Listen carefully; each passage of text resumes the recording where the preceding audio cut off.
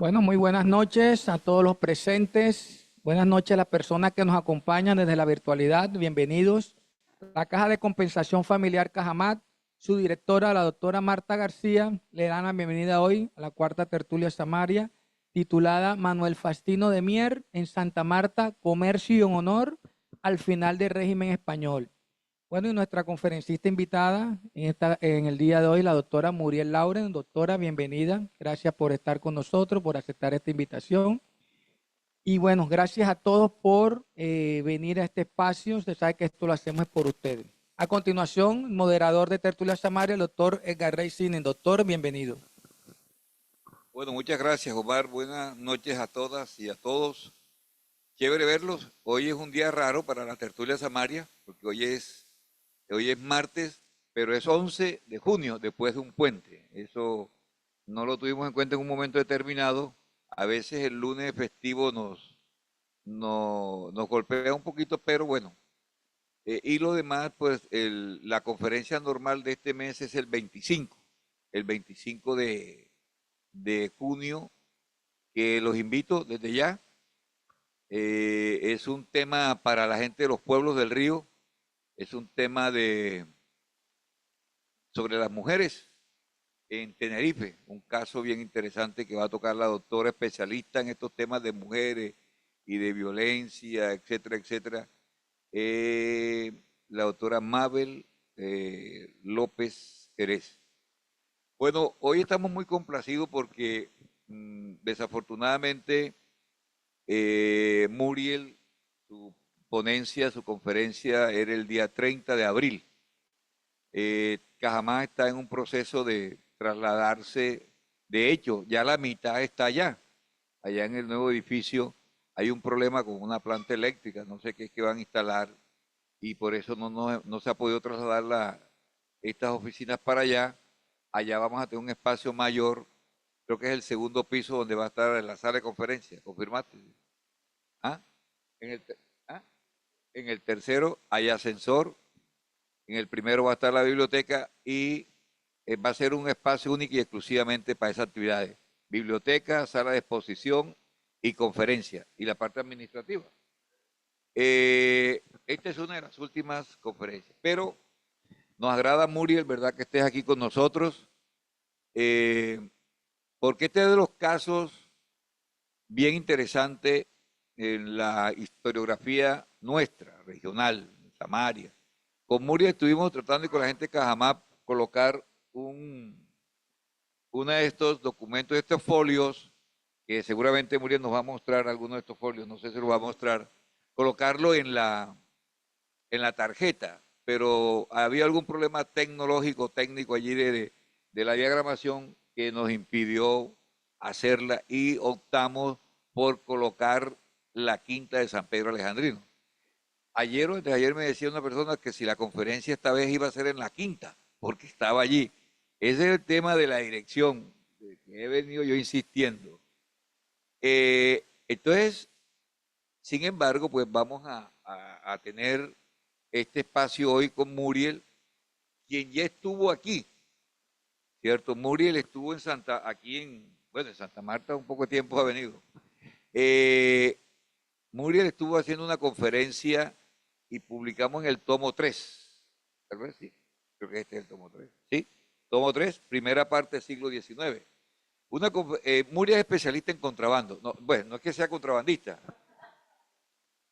pero en un libro, ¿cuántas páginas? ¿400? El grande. Contrabando en Colombia es un libro que lo recomiendo, publicado hace ya que 10 años. Más, 2008, bueno, 16 años. Entonces, es un libro maravilloso que digamos, nos pellizca un poco sobre este tema del contrabando en Colombia. No es una cosa fácil y a la final el contrabando fue una actividad socialmente reconocida y valorada, creo yo, en algún momento. Y ser contrabandista no era pecado, de todas maneras, ¿no? Y menos en el sur, ¿no? O en el norte nuestro antes, en el sur, en el norte. Y entonces, en esa vez, esta primera del tomo 3, contrabando y corrupción en Santa Marta durante la Gran Colombia. 1821-1831, un análisis centrado en la aduana. Esa conferencia pues, nos mostró que el problema de la corrupción no era tan joven, ¿cierto? Bueno, había un presidente que dijo que había que bajar la corrupción a su mínima expresión, algo así. A su mínima expresión o a su máxima expresión, no sé cuál de las dos era la válida. En sus justas proporciones, esa fue la palabra exacta, la frase franca. Entonces la corrupción ha estado ahí, en estos días me estaba diciendo un amigo vallenato que está en un grupo desesperante de el Cesar, y dice que la corrupción, no sé si será solamente en el Cesar, está en los genes, y mierda, eso sí sí, ya pues ahí sí la tapa. La, y nos vamos. Muriel Lauren es belga, es profesora universitaria de la Universidad de los Andes, ya está dirigiendo la revista, ya no.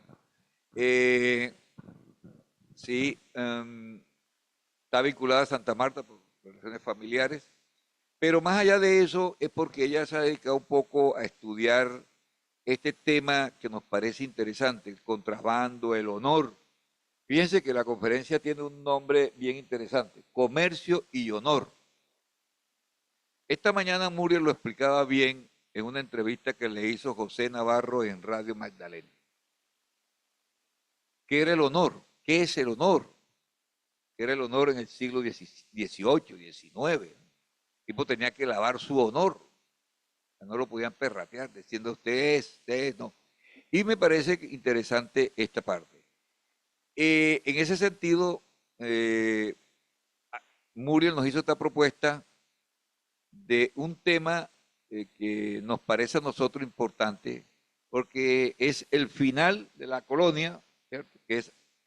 La colonia no finaliza en el siglo XVIII, termina después, ¿cierto? O mejor, casi que el siglo XVIII no termina en el siglo XVIII, sino en el siglo XIX después, ¿cierto? Porque sigue Fernando VII. Entonces vamos a escuchar a Muriel con esta conferencia que va a formar parte del libro, del tomo 10, el último libro que vamos a publicar de esta colección. Dos anuncios importantes, creo que el año que viene vamos a hacer un evento, estamos discutiéndolo, va a ser de 2 días, 3 días, posiblemente, antes de las celebraciones de los 500 años, para no cruzarnos con lo que esté haciendo el distrito. Y además hay la posibilidad de que se publiquen los tomos con una revisión que pensamos hacer posiblemente en una edición de lujo, digamos, ¿no?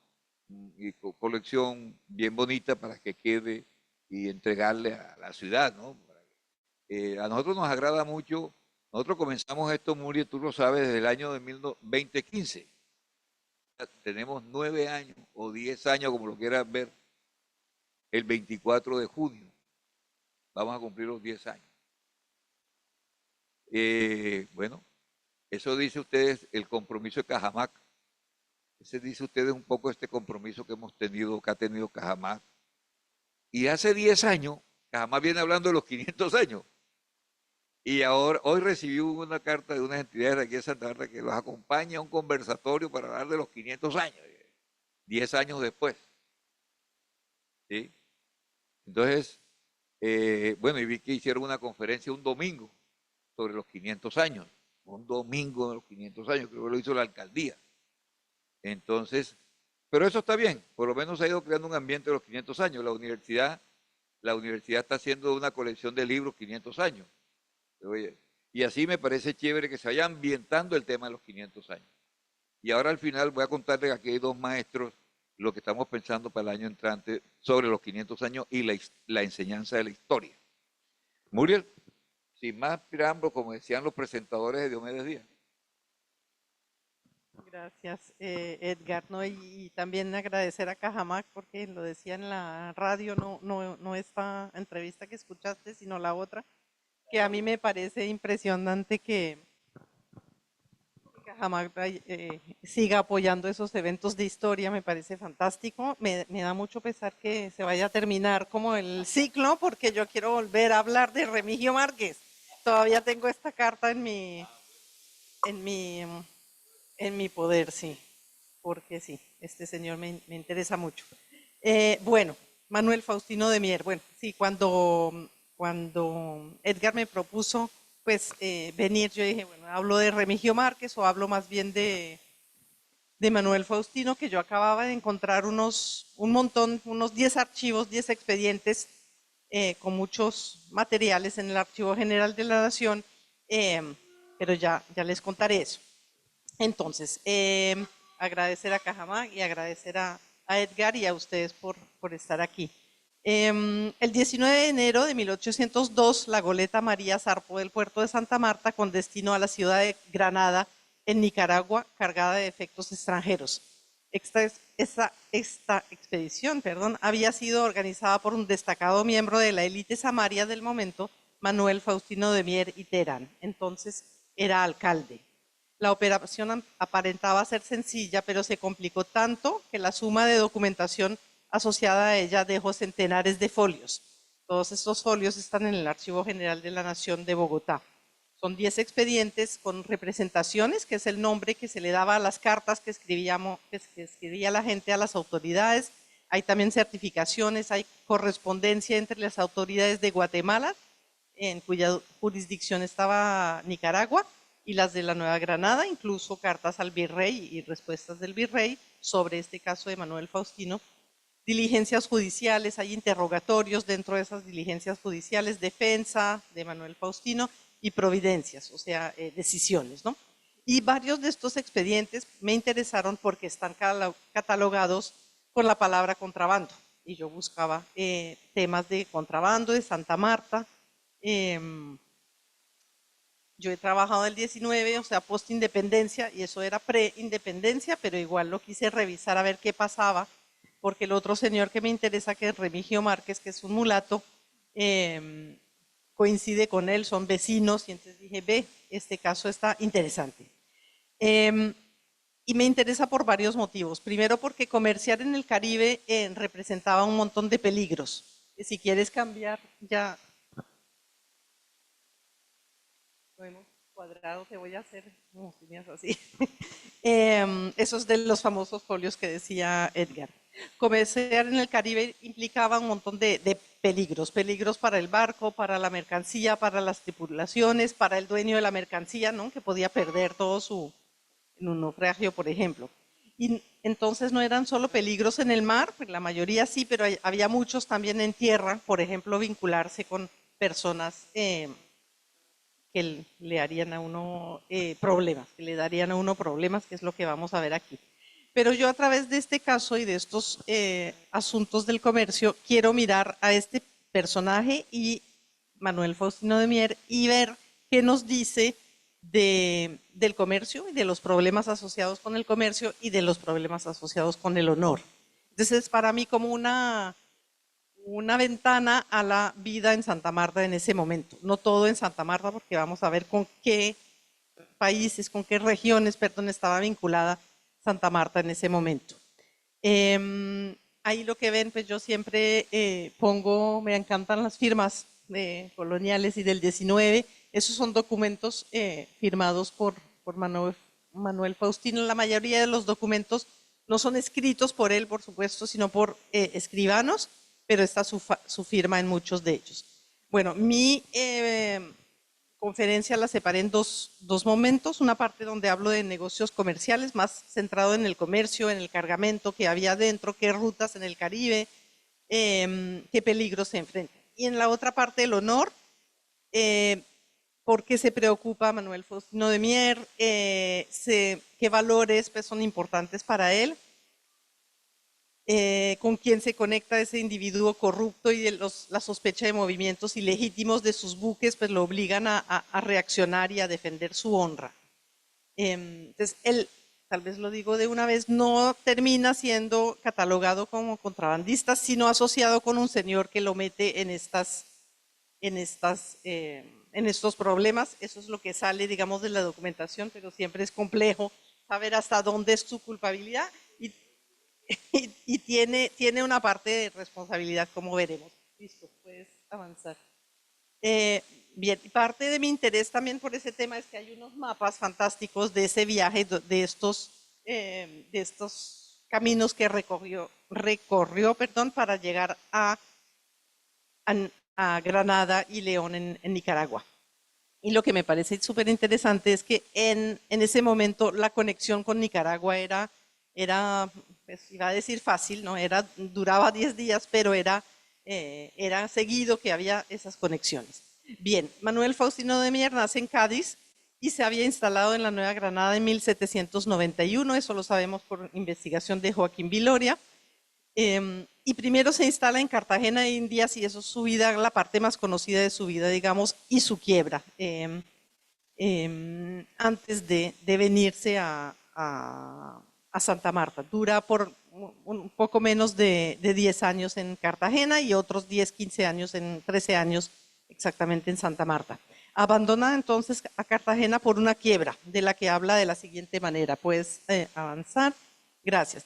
Nos explica que fue durante la guerra con Francia y tenía una casa comercial con la cual hacía negocios con Europa, con España en particular, ¿no? Me hicieron, dice, perder considerables cantidades por la desgracia de haber sido apresado por los enemigos, sin embargo, de las precauciones que tomé para impedirlo. Y la siguiente frase me gusta, aunque es compleja, porque explica cómo pues, no pudo reponerse. Estas primeras desgracias, dice, me intimidaron a continuar el giro que siendo el alma del comercio fue forzoso, que faltando empezase a sentir quebranto, es decir, no puedo seguir en eso, ¿no? Y multiplicándose de día en día se me hiciese imposible reponer aquellas gruesas cantidades que los enemigos me habían apresado. Es decir, en un contexto de guerra con Francia, pierde la mayoría de su caudal y para él pues, es particularmente grave, y eso es un asunto que tiene que ver con su honor. Dice, esta república enemiga, que es Francia, enemiga de nuestra nación, aumentó su riqueza con eso, ¿no? O sea, enriqueció a Francia, Francia se enriqueció con sus bienes. A la vuelta del siglo, entonces Manuel Faustino está recién domiciliado en Santa Marta, que es una ciudad más pequeña sobre el Caribe, no es un puerto que permite comerciar con ultramar de forma legal, sino que es como lo mencionó, como lo explicó bien Ernesto Base, un puerto menor sobre el mar Caribe. Pero ya es alcalde, cuando viene aquí Manuel Faustino a los 2 años, ya es alcalde, es decir, que logra de los samarios aceptación y reconocimiento. En términos comerciales, había tenido su quiebra en Cartagena, pero cuenta con un salvoconducto de sus acreedores que le permite hacer negocios, pero con la restricción de que no puede girar a su nombre y entonces tiene que buscar con quién hacer los negocios con su dinero, pero lo que le queda tratar de recuperarse haciendo el negocio bajo otro nombre, y es ahí cuando empieza su problema. Puedes seguir. A final de 1801, cuando quiere encontrar a alguien entonces que pueda asumir la expedición que quiere mandar a Nicaragua, le recomiendan el nombre de un español que se encuentra en ese momento en Santa Marta. Se trata de un señor que no vive aquí constantemente, que se llama Don Diego de la Torre, quien había estado previamente en Nicaragua, eso es lo que se decía en Santa Marta, por lo que contaba con conocimientos muy útiles para de Mier. Conocía la bahía y el puerto de San Juan, ya les voy a mostrar mapas de eso. Conocía la navegación por el río San Juan, allá en Nicaragua, y la forma de llegar por el lago de Nicaragua a la ciudad de Cartagena. Entonces arreglan, entre ellos, de Mier le da 10,000 pesos a De la Torre para asumir los gastos del viaje y las utilidades que tendrá el negocio serán su remuneración, la de la Torre. Bueno, eso es un mapa, supongo que lo reconocen, de Santa Marta. Ya les mostraré más adelante. Este es el morro, que me interesa que vean, pero lo tengo agrandado más adelante porque el señor de la Torre pasa un rato en esa cárcel. Bien, entonces el cargamento. Sobre el cargamento que de Mier manda a la ciudad de Granada, en Nicaragua, desde Santa Marta a inicios de 1802, se generaron 8 pólizas. De esas 8, 4 son puestas a nombre de la Torre, es decir, de Mier desaparece. 4 pólizas son de la Torre, firman un documento entre ambos, o sea, es público, reconocido, este acuerdo entre los dos. Y esas 4 pólizas tienen 303 tercios, o sea, es una cantidad enorme de telas la que manda, son básicamente telas. Las otras 4 pólizas, 2 son consignadas a don Luis Benítez Ivera, que es el hermano político de Demier, el hermano de la esposa, Benítez, quien viaja también, pero como no conocía bien el lugar donde iban, pues por eso le enciman a don Diego. Y las otras 2 pólizas son consignadas, una a don Juan Sánchez y la otra a Florencio del Castillo. Y esas 4, la otra mitad, digamos, de las pólizas equivalen a 117 tercios y un poco de otras cosas. Para realizar el viaje, Demier pone una goleta de él. Entonces, claro, dicen que está quebrado y me dirán, pero está quebrado, pero puede mandar otros barcos, puede mandar sus barcos, o sea, sigue teniendo barcos y sigue pudiendo pues tener toda esa cantidad de telas, ¿no? Entonces, pero quiere rehacerse su riqueza. Manda una goleta de su propiedad que tiene varios nombres, básicamente la María o María es como la vamos a encontrar. Esa goleta viene de Puerto Rico, había entrado en lastre el 29 de diciembre de 1801, se queda 20 días en el puerto de Santa Marta, le hacen cargamento público con papeles en regla y pues se va se irá para Nicaragua. Puedes pasar esto. El 16 de enero es cuando se firma ese documento en el que Manuel Faustino aclara qué tienen los bultos que manda, los tercios que manda a nombre de Diego de la Torre. Y hay pues básicamente, y es muy importante esto, ¿no? Embarco de mi cuenta y riesgo bajo el nombre de don Diego de la Torre, como no los puede mandar a su nombre, pero pues está claro que son de él. Son telas, platillas, ruanes, listados, creas, casilleríos, estopillas, bretañas, y ahí en la mitad encontramos resmas de papel, un bien muy preciado también para ese momento. Además de llevar estas telas europeas para que fueran vendidas en Granada y León, a Demier le interesaba averiguar por los frutos de Nicaragua, ya veremos de qué se trata eso, para traer de vuelta a la Nueva Granada.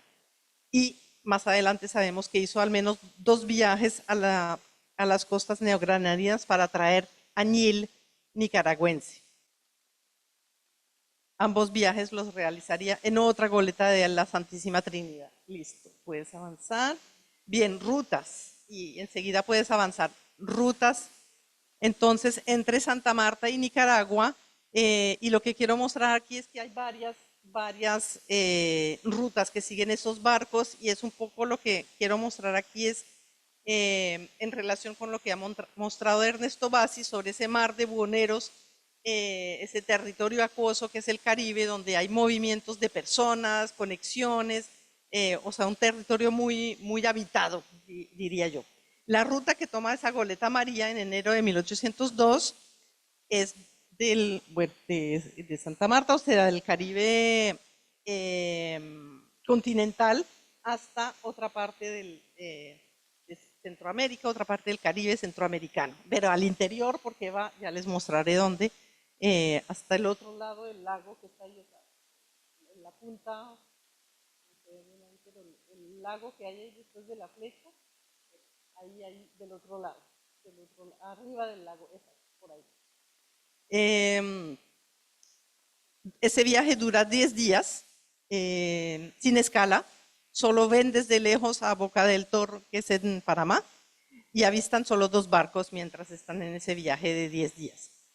A bordo tienen 17 personas y lo impresionante es la variedad de nacionalidades. Hay italianos, españoles principalmente, pero también hay gente de México, de Venezuela, de la Nueva Granada, de Santo Domingo y de Curazao. Listo, puedes seguir. En el puerto de San Juan de Nicaragua, ya puedes seguir. ¿Ya pasaste?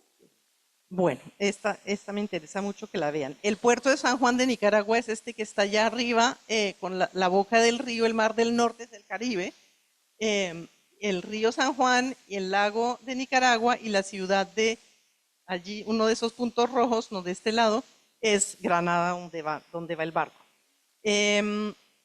Allá en el puerto, entonces, de San Juan de Nicaragua, el cargamento, todas estas telas, es trasladado a 8 piraguas, dejan la goleta María en las bocas del río San Juan, y el trayecto entre las bocas sobre el Caribe y el fuerte de San Carlos, que es, no sé si alcanzan a ver, hay una cruz, ahí, exacto, pero más arriba, porque ese es un castillo, ya la verán más cerca, sí. Ahí, ahí donde está sí. Pero bueno, ese es un castillo, la cruz, ya les mostraré ahora el castillo. El fuerte está más pues, en la boca del río, sobre el lago. Ese trayecto dura, es la parte más compleja, y por eso está Diego de la Torre en el barco, ¿no? Para ayudar a llegar hasta allá. Son 9 o 10 días de subida, dice uno, pero no es subida, de navegación en piraguas por el río hasta llegar al fuerte de San Carlos y a la ciudad de Granada, que es el trayecto más corto, esa parte. De bajada es mucho más rápido, es decir, de llegar del fuerte a la boca del río sobre el Caribe son solo 6 días, porque pues las piraguas van vacías también, ¿no? Listo, puedes avanzar. Creo que es bueno, esa es otra versión, bueno, que se ve menos. Ese es el lago donde estás ahí con el punteador, y el río ahí, exacto, que sale, y las bocas allá abajo. Y creo que ahí ya me perdí de mis... no, sí, otra más. Bien, los expedientes entonces muestran lo que ya les dije, ese mar de buhoneros, porque, y es lo que voy a decir ahora, hay más rutas. Cuando don Diego se devuelve a la Nueva Granada, se fuga en realidad de León, porque ya está, las autoridades están convencidos que hace contrabando. Obviamente pasa por Granada, el río San Juan, pero desde la boca se va a San Andrés, y creo que ahí pues, ahí está San Andrés, ya lo vamos a ver en otros mapas. Va y compra un bergantín, y de ahí se quiere ir a La Guaira en Venezuela, pero termina primero en Riohacha, allá acopia Palo Brasil, que quiere mandar a España, pero por alguna razón que no he entendido totalmente, pasa por Santa Marta. Y pues ahí cambia su vida porque lo van a encarcelar. En otro momento, cuando él, el año siguiente, eso es 1803, vuelve a viajar, es como prisionero, va de Cartagena a Nicaragua, pero pasando por Portobelo en Panamá. Ahí puedes avanzar también, creo. Exacto, eso es la distancia, ¿cierto? Bueno, todos sabemos que Nicaragua es muy cerca de San Andrés, por eso estamos en ese lío. Sí. Ahí está. Y las bocas ahí. Bueno, vamos a ver en qué parte estamos. Don Manuel Faustino de Mier financió varios viajes en lastre, o sea, en lastre quiere decir vacíos, ¿no? De la Nueva Granada a Nicaragua. Uno fue en una goleta Santa Ana, directo de Santa Marta a Granada, con comunicaciones para el presidente de Guatemala, porque Nicaragua está en esa jurisdicción. El segundo también es para remitir papeles, y ahí el comentario es en una goleta de él que se llama la Santa Martina, y nos dice de Mier, por la vía de La Habana con el fin de lograr llegase con más prontitud. O sea, ir por La Habana suena evidente, pero sería más rápido que ir. De hecho, en otro momento, él dice, que no lo tengo aquí, que le fue difícil llegar a las bocas del San Juan desde Cartagena, porque siempre supongo que los vientos o las aguas lo hacían ir creo que es a Portobelo, que dice, ya lo diré. Entonces posiblemente subir, pues lo que nos parece subir, digamos, es más rápido. El tercer viaje lo hace el propio de Mier en su goleta, nuevamente la Santa Martina, que también se llama la Santísima Trinidad. Eso de que los barcos, también lo habla Ernesto Bassi, tengan varios nombres, el mismo barco es complejo. Se va en enero, llega en febrero a Granada, y regresa ahí a Santa Marta, pero pasando por Cartagena. Entonces, esta es otra diapositiva. Llegan muchas veces desde Centroamérica a Cartagena para seguir por el camino de tierra a Santa Marta. La Santísima Trinidad hizo después otro viaje en lastre para ir a Nicaragua, y devolverse en noviembre de 1803 y traer de vuelta, lo puedes pasar, esto. Trajo de vuelta varias cargas de añil. Esos son los frutos que él quería verificar en Nicaragua si se podían traer, añil. El detalle arroja entonces 309 tercios de añil distribuidos en zurrones, 379 zurrones en total, varias calidades y varios cortes de añil distintos. Listo, peligros del viaje. Eso es el negocio, ¿no? Mandar telas a Nicaragua y traer añil nicaragüense. Ya puedes avanzar. Peligros del viaje. ¿De qué nos habla Demier en sus cartas? Peligros para tripulaciones, para su mercancía y para los viajeros. El primer miedo súper tangible es, bueno, ahí están las bocas y ven dónde anclan, ¿no? Los barcos. Esta ancla es donde pueden anclar los barcos y ahí está el camino de subir y son 3 bocas. Un miedo tangible era el ataque de lo que llaman, entre comillas, indios bravos. En su viaje de regreso al Caribe, por el río San Juan, previsto para julio o agosto de 1803, Demier contemplaba la posibilidad de que su buque, la Santísima Trinidad, fuera detenido y cito, invadido por los zambos que habitan las cercanías de las costas. Tenía, citó también a Demier, total noticia de que los zambos de indios que por temporada salen a la boca del río, a la boca y río de San Juan lo han verificado ahora en crecido número. Puedes avanzar, ahí tengo varios, o sea, están sobre todo el borde del río. El peligro justificó escribir a las autoridades de Nicaragua porque la amenaza estaba a lo largo de la ruta. Demier nos dice, desde dicho fuerte, el de San Carlos, a la boca pueden ser invadidas las piraguas por los referidos zambos y no solo llevarle el fruto, o sea, lo que tiene en el barco, sino asesinar a los marineros y patrones. O sea, teme por el robo de su mercancía, que sería una pérdida terrible, y teme por la vida de la tripulación. Listo, puedes avanzar. Eso es otro, es el que les decía. Este es el fuerte, el castillo, que era la cruz en el anterior mapa, y el otro, del otro lado, es el que está sobre el lago de Maracaibo, de Nicaragua. Sí, este es el fuerte de San Carlos, ahí dice, de hecho, San Carlos. Bien, ¿dónde estaba? Entonces, proteger las vidas humanas y el caudal de Demier obviamente amerita recibir un acompañamiento que autoriza el capitán de Guatemala para evitar la invasión de dichos zambos. La protección debía ser disuasiva y del tiempo necesario. Entonces, les voy a citar lo que pide al capitán de Guatemala. Se sirva usted auxiliarme con 30 o 40 hombres de la tropa veterana que, comandados por un sargento de valor y habilidad y con las competentes municiones, excorte las piraguas para bajar desde el dicho fuerte hasta las bocas del río y ahí permanezca hasta la efectiva introducción en mi buque, o sea, la cargada de su buque, pues estando dentro de él ya puede ocurrir a su seguridad, o sea, ya la seguridad será de él. Otro sí, mediante a que la balandra del rey está habilitada y pronta para hacer viaje al fuerte, desde luego lo hago presente para que en ella pueda seguir la tropa si se me concede para que no haga dilación. O sea, además de que 30 a 40 hombres quiere la balandra del rey para desplazarlos hasta el otro lado del lago de Nicaragua.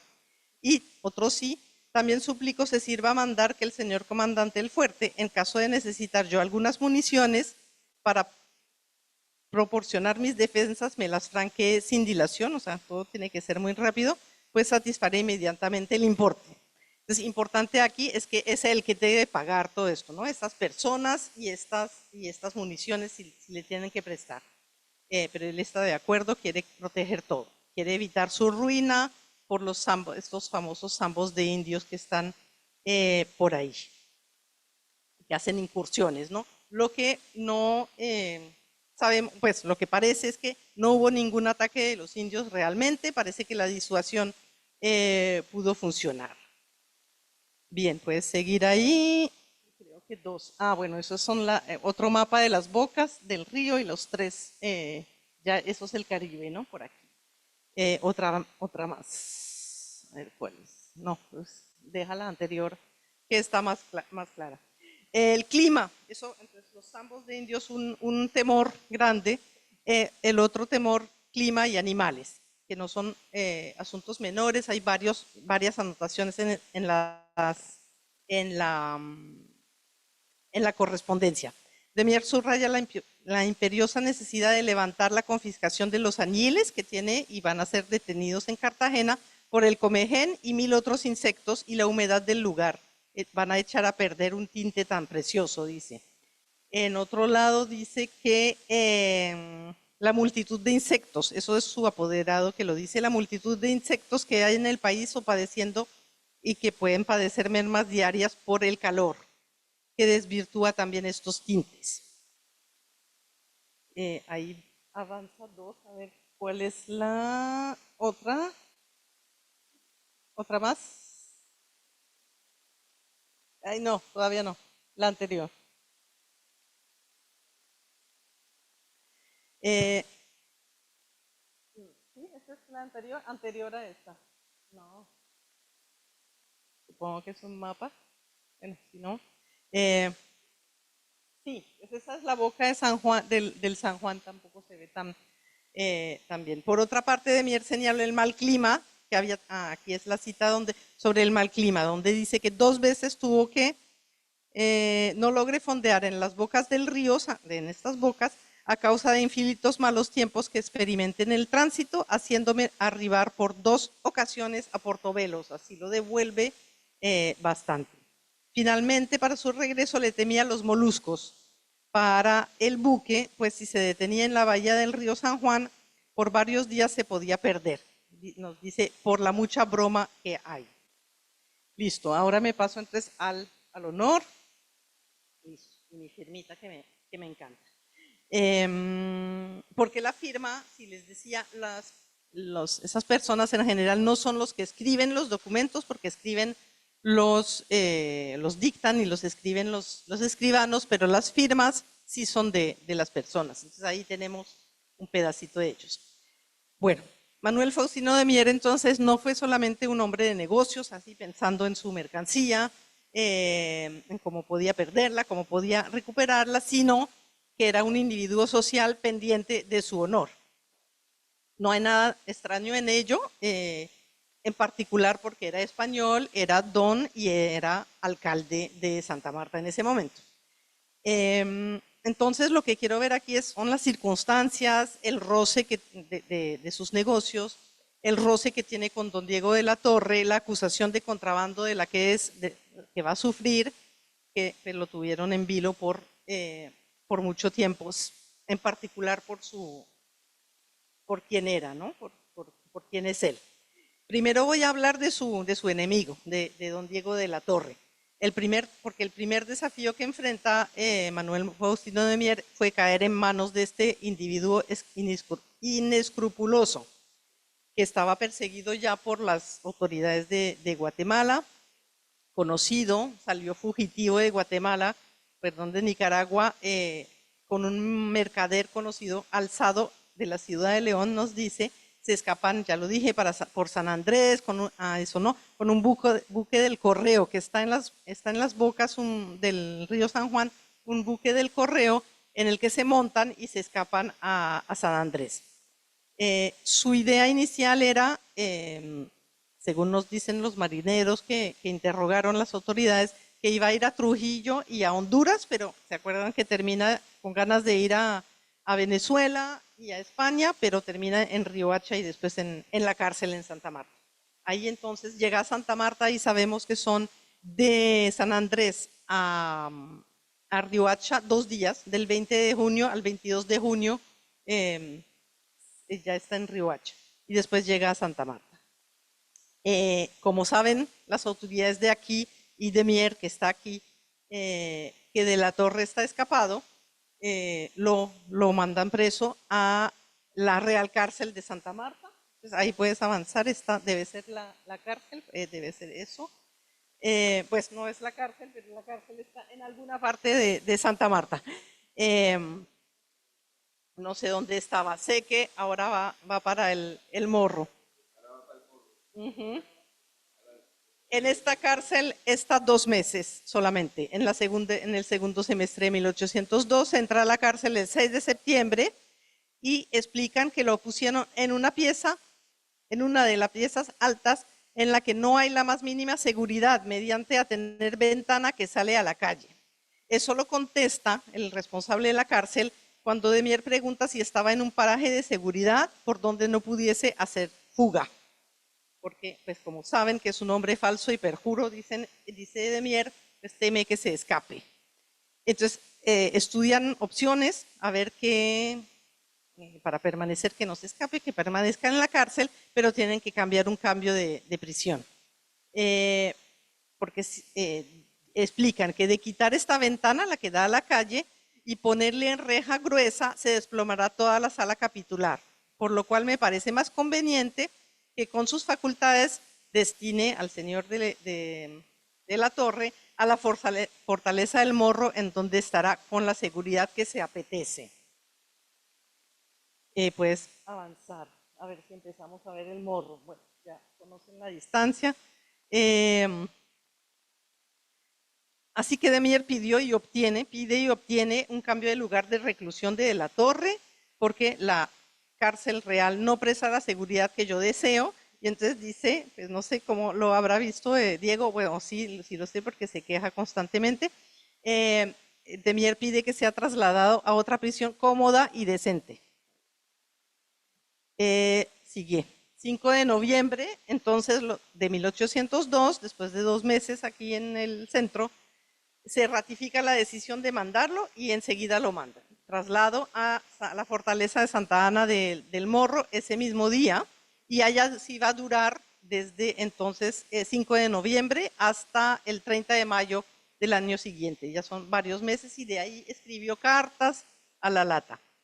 Sabemos que no tenía plata para pagar esa estadía en la cárcel. En esa época había que pagar si uno podía, si no era un sostenido.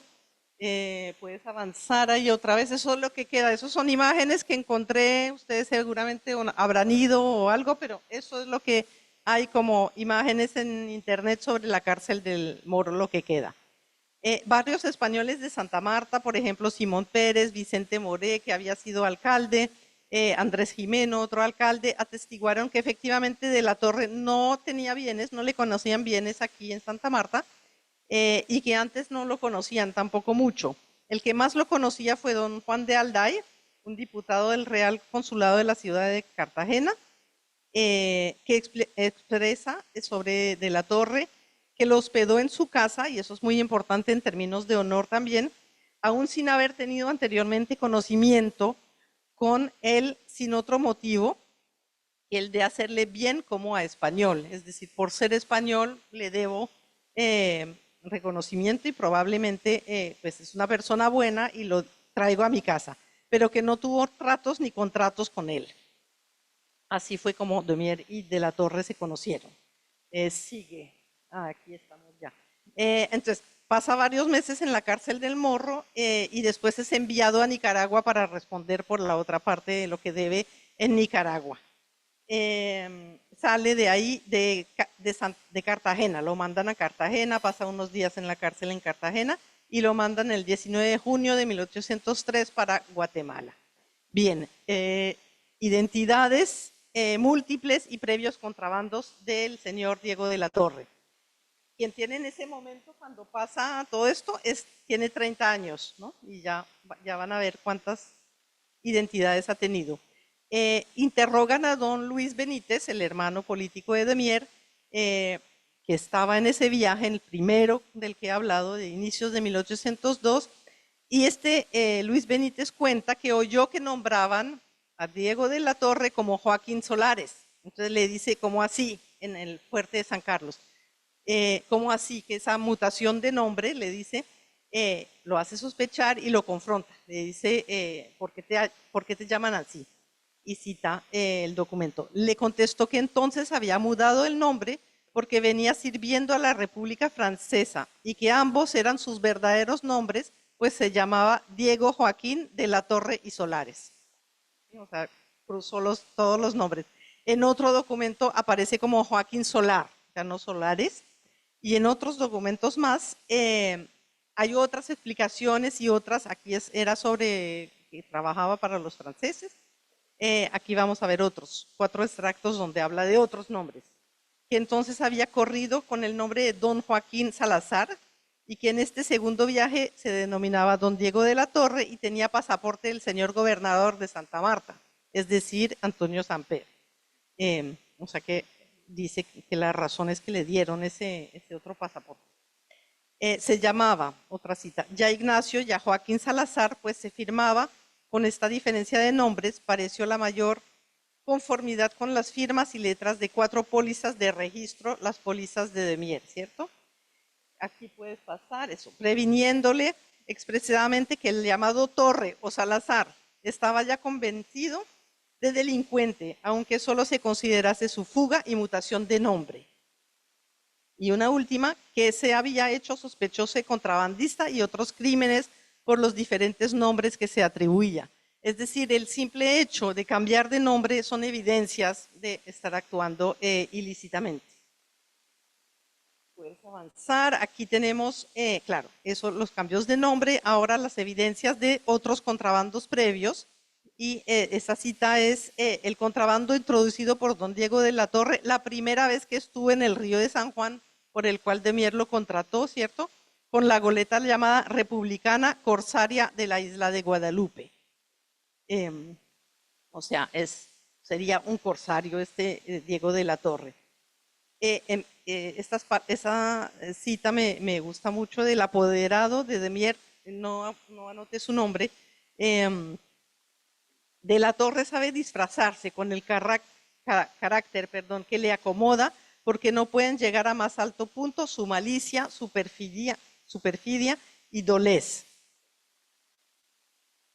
Bueno, y dice que ya estaba conocido por sus fraudes en el reino de Guatemala y pues por eso lo envían a la cárcel, a León, con un par de grillos y escoltado de soldados.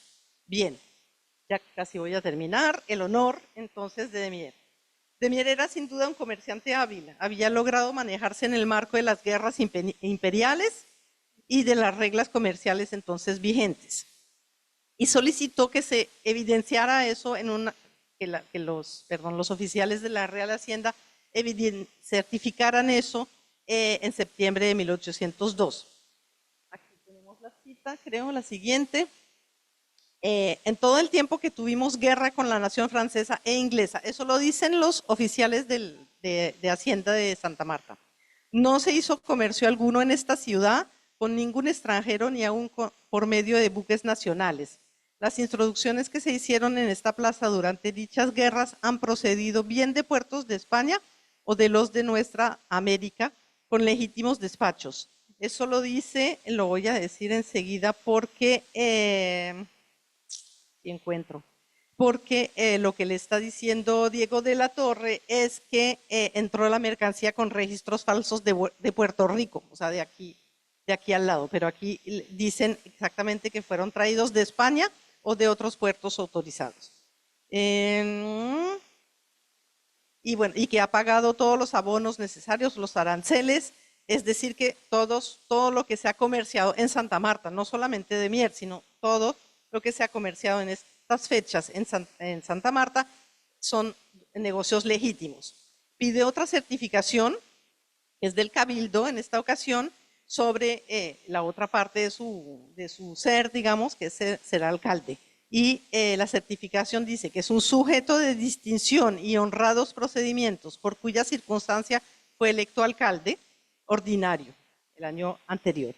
Y desempeñó este ministerio con acuerdo correspondiente. Y los que firman eso, para los que están familiarizados con los nombres de la época, el doctor don Antonio José de Ayos, abogado de la Real Audiencia, consultor de la Inquisición, José Francisco Munive y Mozo, capitán del Cuerpo de Artillería, y otros alcaldes como Vicente Moré, Andrés de Jimeno, que ya hemos encontrado.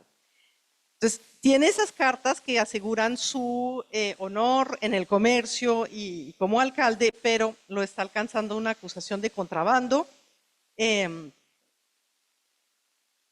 Y ya está la cosa en que el capitán de Guatemala le escribe al virrey sobre el asunto para decir, tenemos que hacer algo, tenemos que revisar esas movidas ilegales que han salido en el barco La María y son de Demier. Bueno, me voy a saltar la carta al virrey que dice, pues hay que verificar qué está pasando con este cargamento, porque puede ser lo mismo que el cargamento anterior de Diego de la Torre. Las autoridades de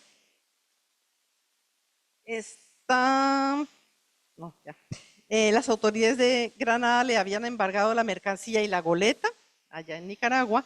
Le tocaba demostrar la legitimidad de su cargamento.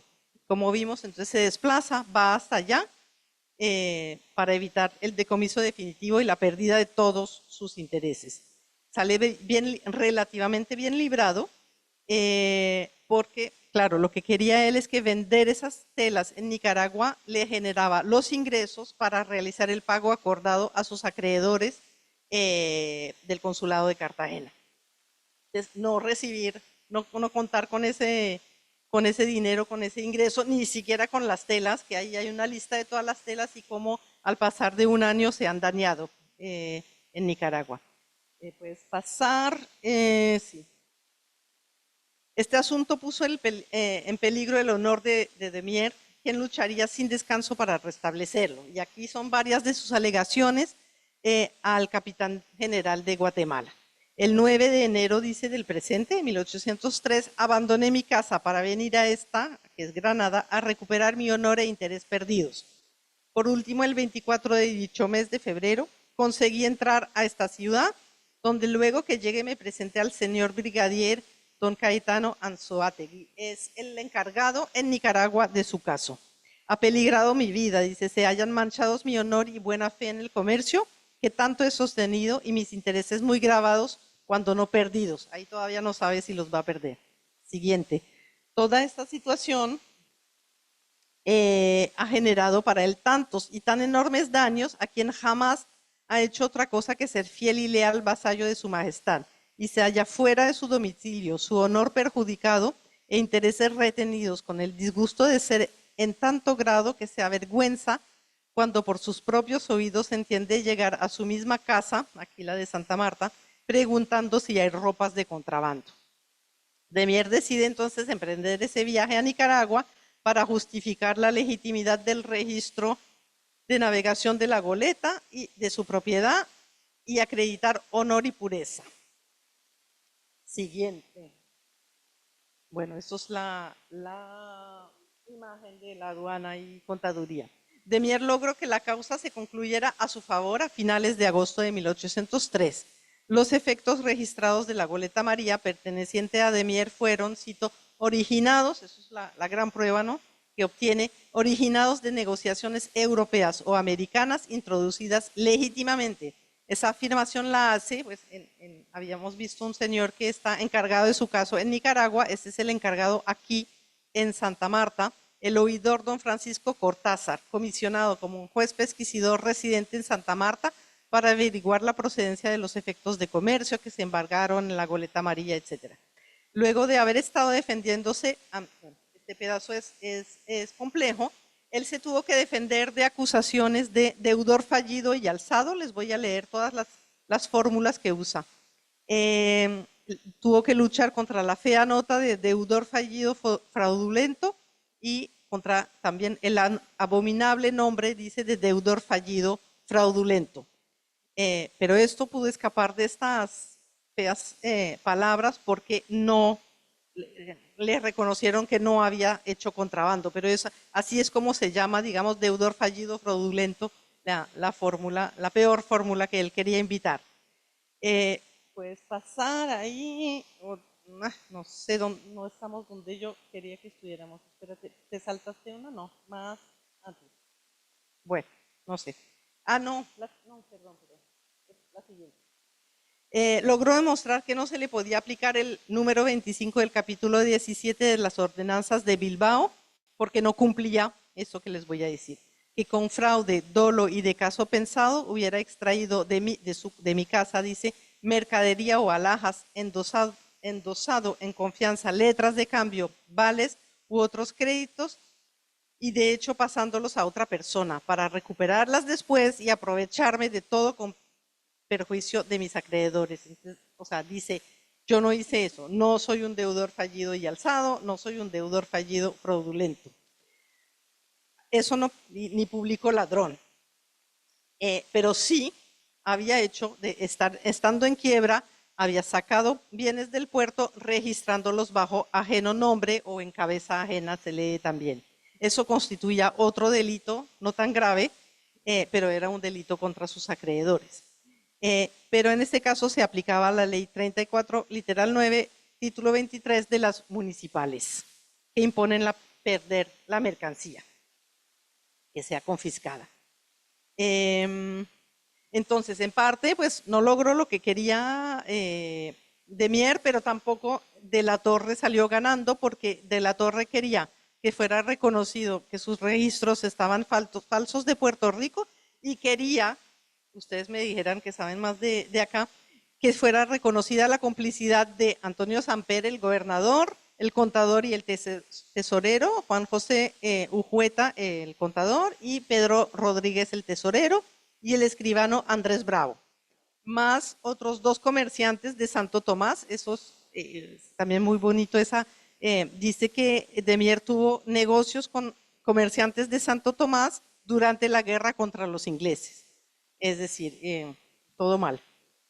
Pero estas denuncias de la Torre llegan tarde, por un lado, y pues no son reconocidos, y llegan tarde, nos explica él, porque tuvo miedo de ser sofocado con un veneno, o que lo hubieran matado de hambre aquí en Santa Marta.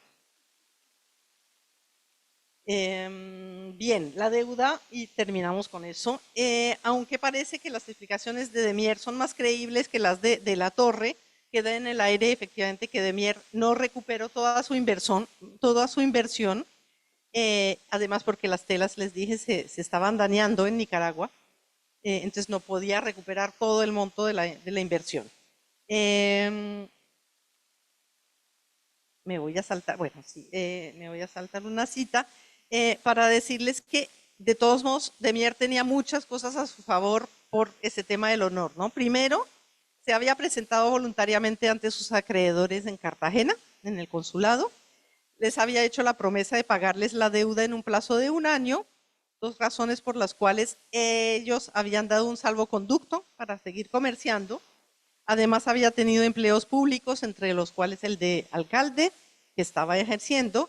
Había siempre pagado anteriormente sus derechos arancelarios en la aduana y no tenía contrabandos probados a su nombre. Todo eso son presunciones muy a favor de él que permiten pensar, que hacen pensar a las autoridades que cuando negocia bajo el nombre de otros no está cometiendo fraude alguno ni acción dolosa. O sea, está queriendo simplemente recuperar su plata o hacer negocios para recuperar, porque él dice que a vuelta de fortuna, esto es, ya lo que sabemos después de eso es lo que hay en su testamento, que dice, que es de 1810, aunque no murió en ese momento, declaro que por varios infortunios hice manifestación de quiebra a mis acreedores, en cuyo juicio se me dio salvoconducto para pagar a mejorar de fortuna. Ese mejorar de fortuna no sucedió.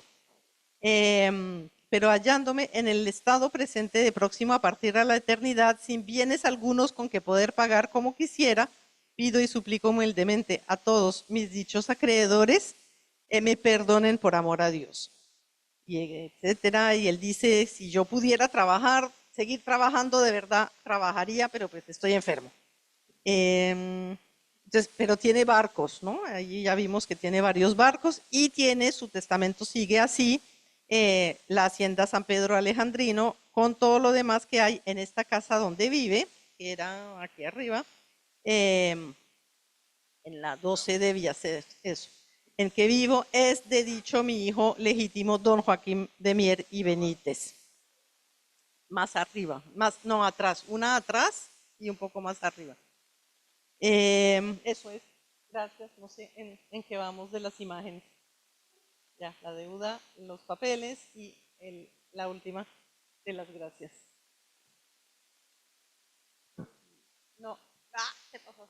Eso. Gracias.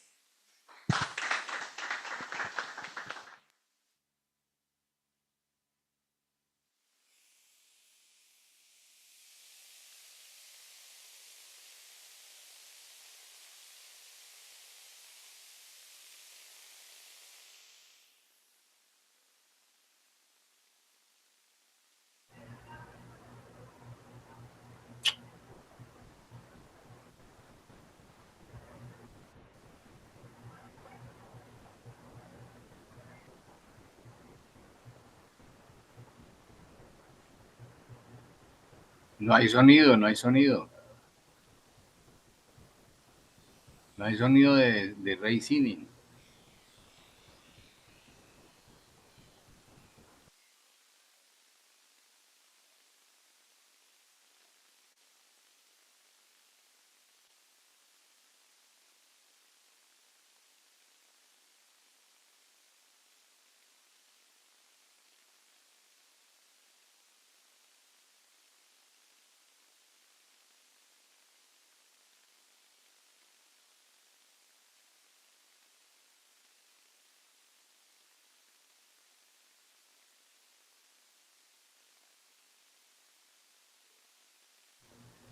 No hay sonido.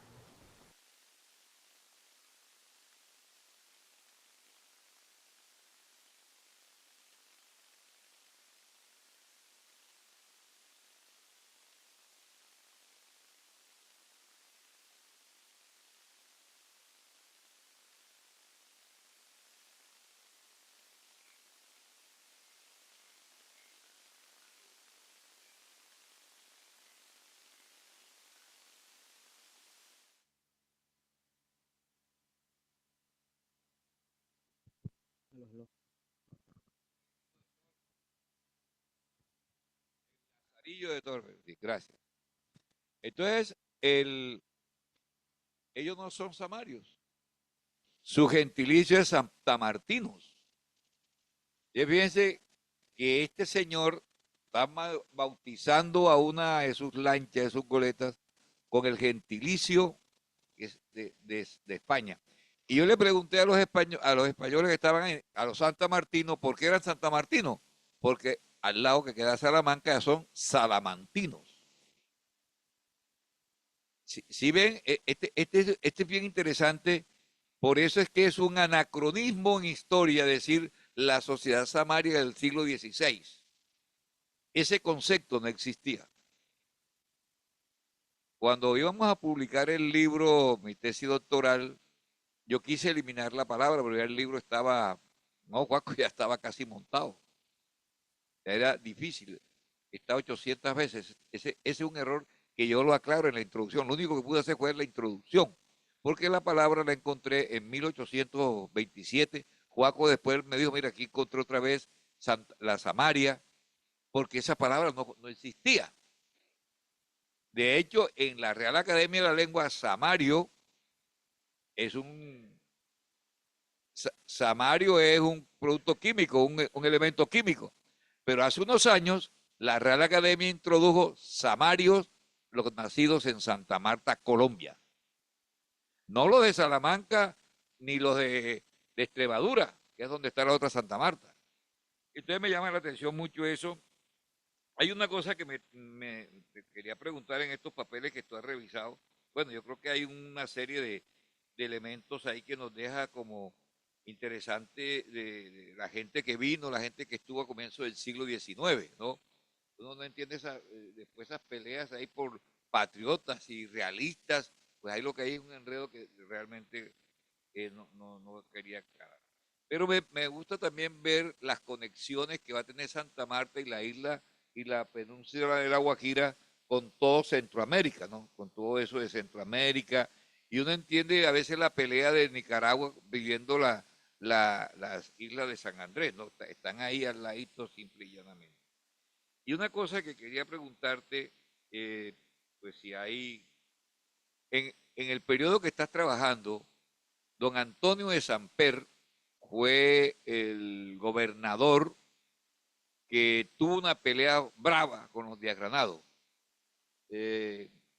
Don Antonio de Samper fue el que, en desgracia para él, le tocó entregar las llaves al obispo encargado José Domingo Díaz Granado. Estaba encargado, era el deán de la ciudad. ¿No te encontraste por allí que un señor muy importante para Santa Marta y para el país, Miguel Díaz Granado, va a regresar de Bogotá, donde había estado de no, sí, abogado, y había sido vicerrector de la Universidad del Rosario y además abogado de la Real Audiencia? Y había llegado aquí a ser abogado. ¿No te lo encontraste por ahí en esta parte? Porque todo eso por ahí. Yo no sé, ahora miramos, no sé qué otros preguntas o comentarios para este par de funcionarios tan especiales. Me llama la atención eso de querer limpiar, lavar el honor, ¿no? Yo soy esto, si me dejan trabajar, si yo pudiera trabajar, les pago, pero como no puedo, entonces no les pago. Sin embargo, tengo 5 buques ahí fondeados en la bahía.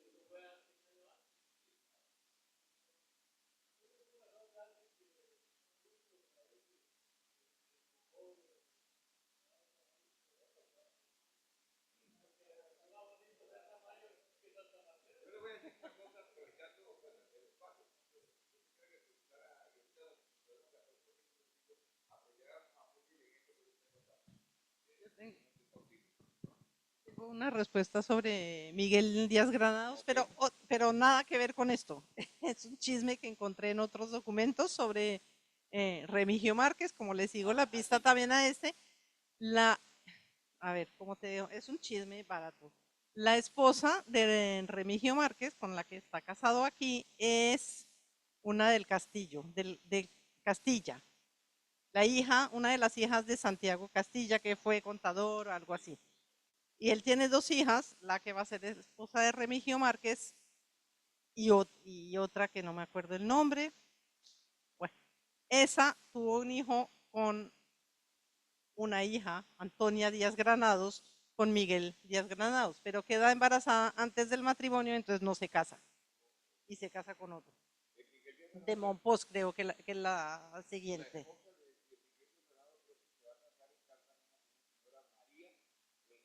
Y creo que tuvo al menos dos, porque esa es las... Ajá. Ve.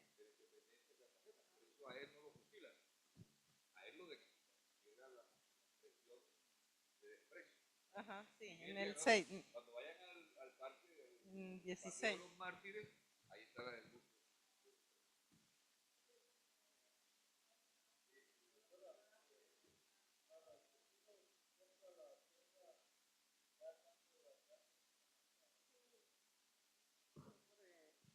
Por Joaquín. No la encontré yo, 1808 la compra, pero no sé a quién la compra, no tengo ni idea.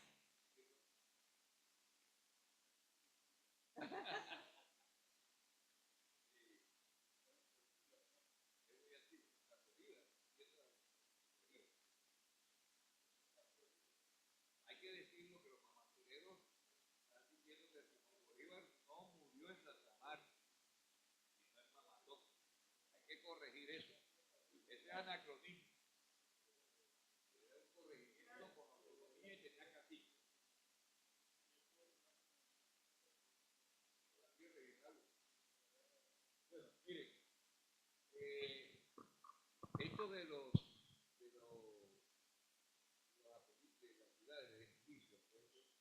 puede ayudar un poquito. La ciudad, la gente, los documentos que yo he leído, seguramente es muy Joaquín, pero es una tarea que se ha leído.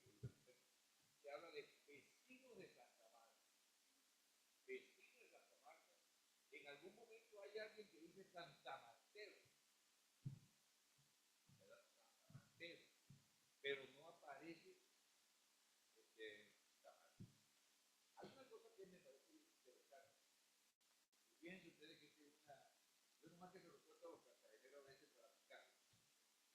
¿Por qué Santa Marta no recuperó su nombre colonial y lo recuperó Cartagena a finales del siglo XIX? Cartagena se llamaba Cartagena de Indias, pero apenas se da la constitución de 1812, tal vez, cuando se hace la independencia, Cartagena tiene una constitución, lo mismo que la va a tener después Cundinamarca, Tacna, Malpica. No. Y Cartagena van a borrar de India, que van a llamar Cartagena. Y hasta el siglo hoy, del siglo XIX. Pero a finales del siglo XIX, el hispanismo, toda la decisión de volver a Hispana, no solamente Cartagena, sino también en Bogotá, y otras ciudades, va a devolver la cantidad de Demetri y todo esto, y las cartas que hay, y el apellido de India. Cartagena, Santa Marta no recupera el India, porque Santa Marta, lo que decía los dos, Santa Marta de India. ¿Por qué? Porque en España Santa Marta, en España había tres Santa Marta, en España no más que en la Cartagena. Pero estos son cosas interesantes de nuestra historia nacional. Pero eso de Santa Marta, antes dijo, no, los amigos que conocí ahí en Bosa, en Santa Marta, casi me pegan. Pero después aceptaron que debe que, porque no sé por qué, y se hagan, y los españoles que son bien altaneros y agresivos a veces, ¿por qué acaso ustedes son de Samaria? ¿Cierto? ¿Por qué usamos? ¿Cierto?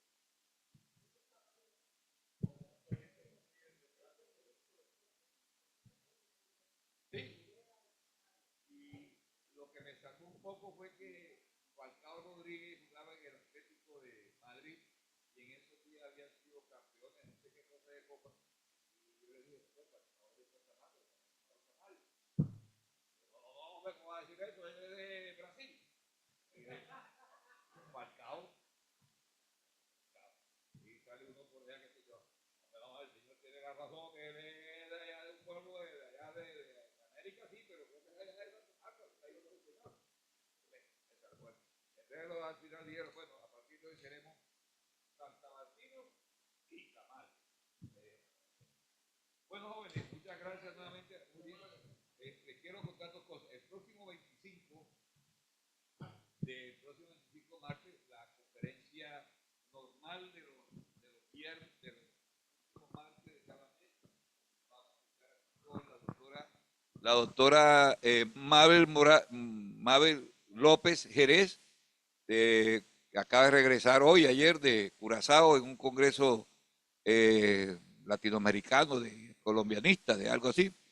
Y va a estar aquí con nosotros en un tema de un conflicto con mujeres. Ella es especialista en estos temas de familia y es en Tenerife. Ustedes saben que los historiadores trabajamos con esto que decía Muriel, que había encontrado un legajo de cualquier cantidad de folios, ¿cierto? Es lo que yo llamo las horas nalgas que se gasta uno revisando estos folios hasta que encuentra algo bueno, la fuente.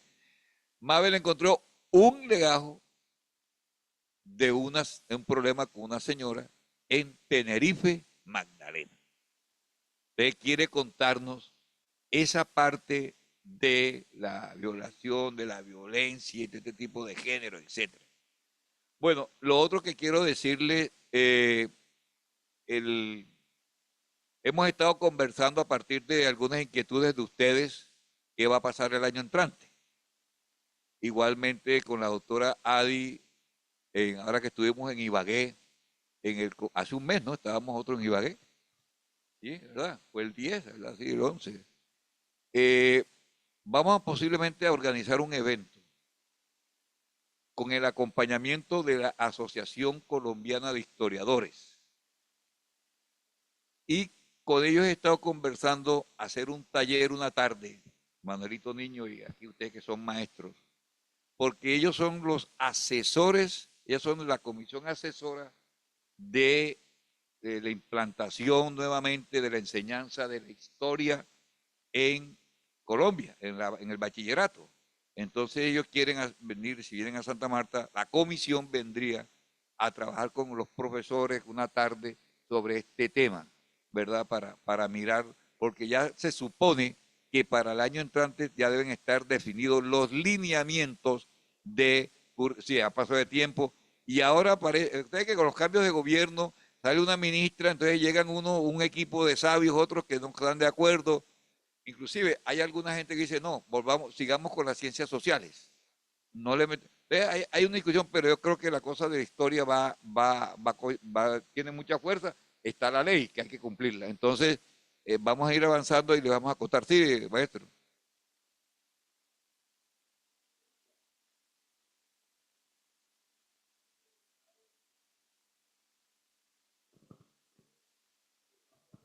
Sí. Aurora está conectado. No, pero estaba conectado ahorita, sí.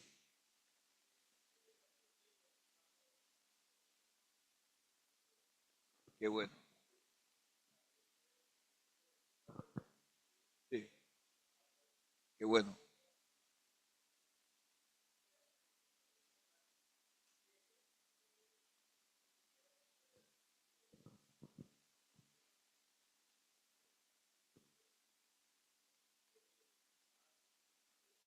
Ok.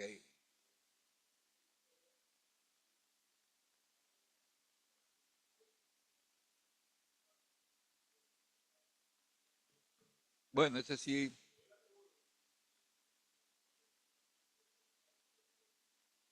Lo que pasa, profe, es lo siguiente. Nosotros nos cansamos, y aquí está Manuelito Niño, que me puede mentir.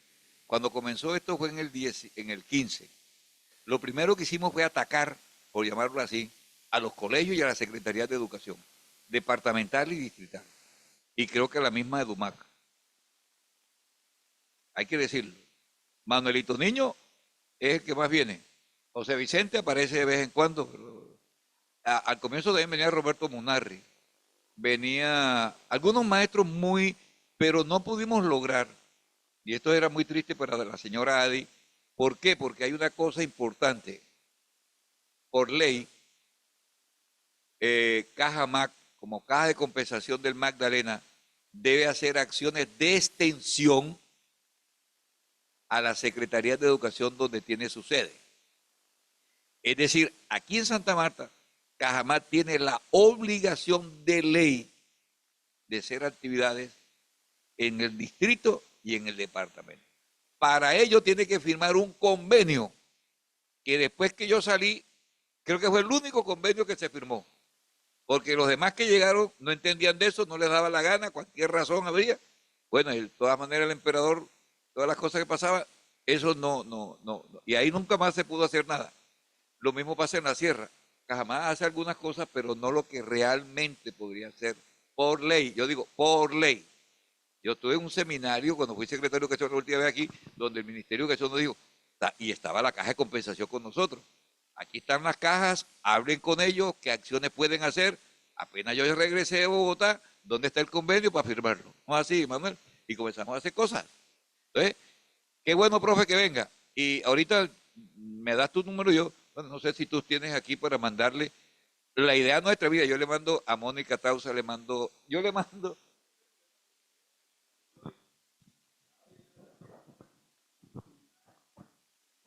Sí.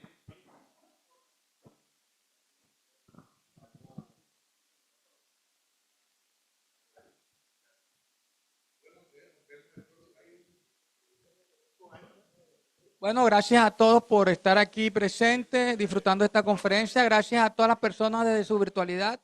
Y lo invitamos a un refrigerio aquí afuera. Gracias a la doctora Muriel por estar con nosotros.